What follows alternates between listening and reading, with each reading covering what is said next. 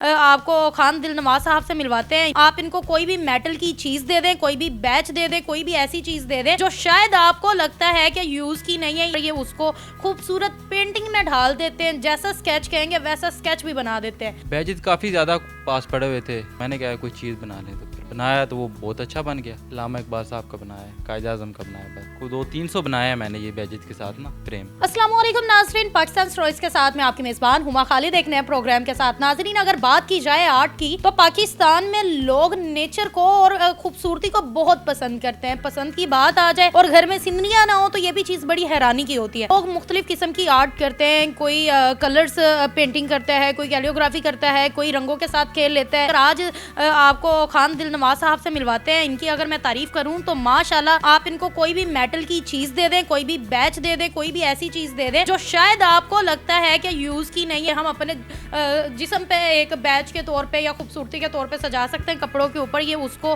खूबसूरत पेंटिंग में ढाल देते हैं। जैसा स्केच कहेंगे वैसा स्केच भी बना देते हैं। क्या जरूरत पेश आई कि आपने मेटल्स के साथ चीजें बनाना शुरू कर दी, वो भी बैचेस के साथ? ये बैज इकट्ठे करने और ये मेरी अच्छा खासा शौक था।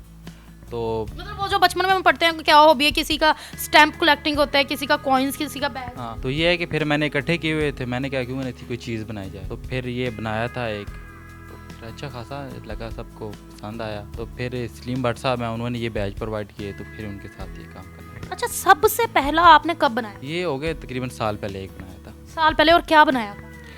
वो स्पोर्ट्समैन था। स्पोर्ट्समैन था। क्या सोचा था बैठे बैठे, क्या माइंड में आया कि मुझे इन बैचेस के साथ ऐसा करना चाहिए? बैजेस काफ़ी ज़्यादा पास पड़े हुए थे। मैंने क्या कोई चीज़ बना ले, तो फिर बनाया तो वो बहुत अच्छा बन गया। बैचेस को आप काटते भी हैं या जो उनकी सूरत हाल होती है वैसी बनाते हैं? नहीं, जो सूरत हाल होती है वैसे बनाते हैं। बैज काफ़ी ज़्यादा पड़े हुए हैं मेरे पास। दुनिया के किस किस मुल्क के बैचेस के साथ खेल चुके हैं? काफ़ी मुल्कों के साथ के बैजेस मेरे साथ पड़े हुए हैं। ये भी पड़े हुए हैं, ये मेरे हाल मिस्र से आए हैं सारे। माशाल्लाह, मतलब कि एक आर्ट होती है, एक शौक होता है। आपको मेटल्स के साथ खेलने का शौक आया। घर के कभी बर्तनों को यूज किया है? कोई मेटल की कोई चीज इधर उधर रास्ते में गिरी नजर आ गई, यार इसको उठा लेता हूँ, यहाँ पे इस्तेमाल। नहीं, ऐसे नहीं किया। कोई घर के बर्तन काट के बनाए? नहीं, ऐसे कुछ नहीं किया। बैचेस के साथ। अच्छा, आपने कोई मुकाबलों में पार्ट लिया, कहीं पे दिखाई अपनी? नहीं, ये बाला कहीं से नहीं, क्यों नहीं दिखाया ये। अच्छा, आपने कभी सर्च किया क्या आपके अलावा भी लोग हैं जो ऐसी आर्ट करते हैं? इस मुल्क पाकिस्तान में नहीं है कि वैसे कुछ लोगों ने किया हुआ है। तो कितना टाइम आपको लगता है एक जो ये आर्ट है इसे रेडी करने? ये एक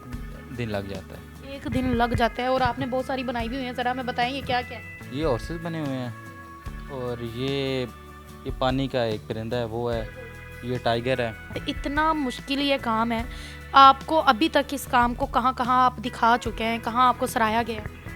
ये लाहौर में और इस्लामाबाद में। अच्छा, बिकी भी है कोई? नहीं, बेचने के लिए नहीं बना रहे ना, ये रखने के लिए बना रहे हैं। कभी आपने किसी इंसान का स्केच बनाया है, कोशिश की है कि मैं इन बैचेस के साथ किसी का स्केच बनाऊं? लामा इकबाल साहब का बनाया है, कायद आज़म का बनाया, बस 2-3 ही बनाए। और वो कैसे बने? बहुत अच्छे बने हैं। को 200-300 बनाया है मैंने ये बैजेस के साथ ना फ्रेम। आपने एजुकेशन किस चीज़ में ली है? क्या आपका बैकग्राउंड है जो आपके अंदर इतना टैलेंट है?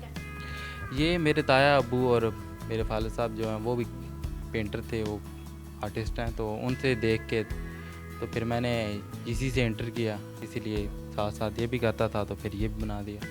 अच्छा, मेटल के अलावा आपने कभी आप सोचा कि यार चलो मेटल से तो मुझे चीज़ें बनानी आ गई, कोई और आर्ट तैयार? और तो फिलहाल अभी यही कर रहा हूँ, उसके बाद फिर देखूंगा और कुछ चीज़। अभी तक मतलब माइंड में नहीं है? अभी तक माइंड में नहीं आया। अच्छा, लोग डिफरेंट किस्म की आर्ट करते हैं, डिफरेंट, कोई रंगों से खेलता है, कोई तस्वीरों से खेल जाता है, कोई दिलों से खेल जाता है। आपने मेटल के साथ, बैचेस के साथ जब खेलना स्टार्ट किया तो वालिदैन का क्या रवैया था कि भाई हमारा बेटा इतना बड़ा आर्टिस्ट नहीं? ये मेरे वाले साहब ने देखा है तो बहुत खुश हुए हैं, वो उन्होंने बहुत अप्रिशिएट किया है। लोग कहते हैं कि फाइन आर्ट्स कर ली या आपने एमई आर्ट्स के अंदर कोई भी आपने एजुकेशन हासिल कर ली तो वो उसका कोई फ़ायदा नहीं होता है, और वो एजुकेशन सिर्फ हम इसलिए करते हैं कि एक हमारे नाम के साथ लग जाए, इसने एफए की है या बीए की है, तो बस इस वजह से फाइन आर्ट्स करते हैं। क्या आप भी समझते हैं कि फाइन आर्ट्स इसी के लिए रह गए? नहीं, होता है, लोग काम करते हैं। अगर एक जैसे ही आप काम करते रहें तो वो तो फिर वो नहीं चलता निज़ाम। अगर आप एक काम से दूसरे काम अलहदा हो तो फिर। इतनी सारी जो आर्ट है वो कर चुके हैं, आपका आगे क्या प्लान है कि इस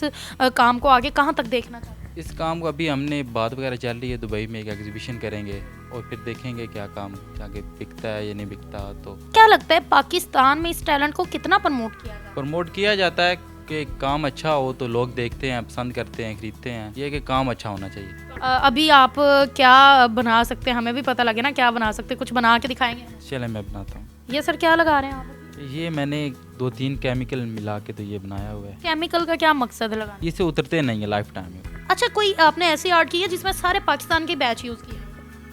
नहीं, ऐसे तो नहीं किया। आगे कोई प्लान है हमारे लिए कोई ऐसा काम करने का? काम तो करेंगे। ये है कि पाकिस्तान में इतने ज़्यादा बैच मिलते नहीं हैं, तो ये है कि ये अलग अलग कंट्री से मिलते हैं, तो फिर उधर से कलेक्ट करके तो फिर आप खुद इनको कलेक्ट करें तो तकरीबन कितना आपका खर्चा हो अगर आपने खुद बैच लेने हो? ये काफ़ी खर्चा हो जाता है उधर से लेके आने फिर ये। अच्छा, आपका हमारी यूथ के लिए कोई पैगाम? वो बच्चे जो समझते हैं कि आर्ट्स का कोई फ्यूचर नहीं है, फाइन आर्ट्स का फ्यूचर नहीं है, हमारे वालिदैन जो बच्चियों को ऐसा करवा देते हैं या बीए ये सोच के कि चलो बच्चियों को डिग्री मिलेगी, इससे कुछ सिलाई कढ़ाई सीख लेंगे, उनके लिए क्या पैगाम? आर्ट आप करना चाहते हैं, आपको पसंद है तो फिर आप करें। अगर आपके अंदर जिसकी इसकी है ना फाइन आर्ट की स्किल है तो भैया आप काम करें तो अच्छा काम है ये। अब कैसे फिनोरस की तंग गलियों से कोई डवेंची उठे, अब कैसे हस्पानिया में पिकासो बने उनकी आंखों को तू जो मुयसर नहीं है। ये सब तेरे मेरे इकट्ठे न होने की कीमत अदा कर रहे हैं, क्योंकि तेरे न होने से हर एक ज़मा में, हर एक इल्म फन में, हर एक दास्तां में कोई एक चेहरा भी ताज़ा नहीं है। तुझे हराई गाने का रत्ती भर अंदाज़ा नहीं है। क्या बात है, इन्होंने ये खुद आपने लिखी है नज़म? जी माशाल्लाह। और इस नज़म में पैगाम क्या दे रहे हैं? पैगाम ये है कि अगर आपको काम से प्यार है फिर आप काम करें, अगर काम से प्यार नहीं है तो ज़रा दूर रहें और अपना टैलेंट वेस्ट ना करें। जी ऐसे ही। अच्छा, हर इंसान में कोई ना कोई टैलेंट है। हम घर में हमें पेंटिंग का शौक है, आर्ट का शौक है, माशाल्लाह से इतने सारे बैचेस हैं, ये आप देख भी सकते हैं किस तरीके से इन बैचेस के साथ इन्होंने खेला है।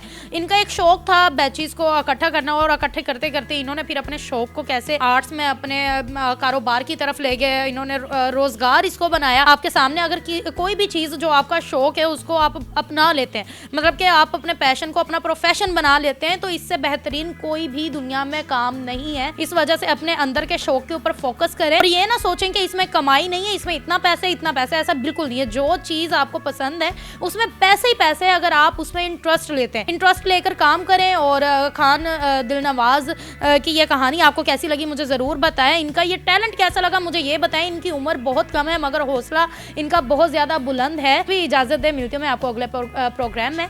जाने से पहले चैनल को लाइक करें, सब्सक्राइब करें, शेयर करें, बेल आइकन प्रेस करना मत भूलें। वस्सलाम।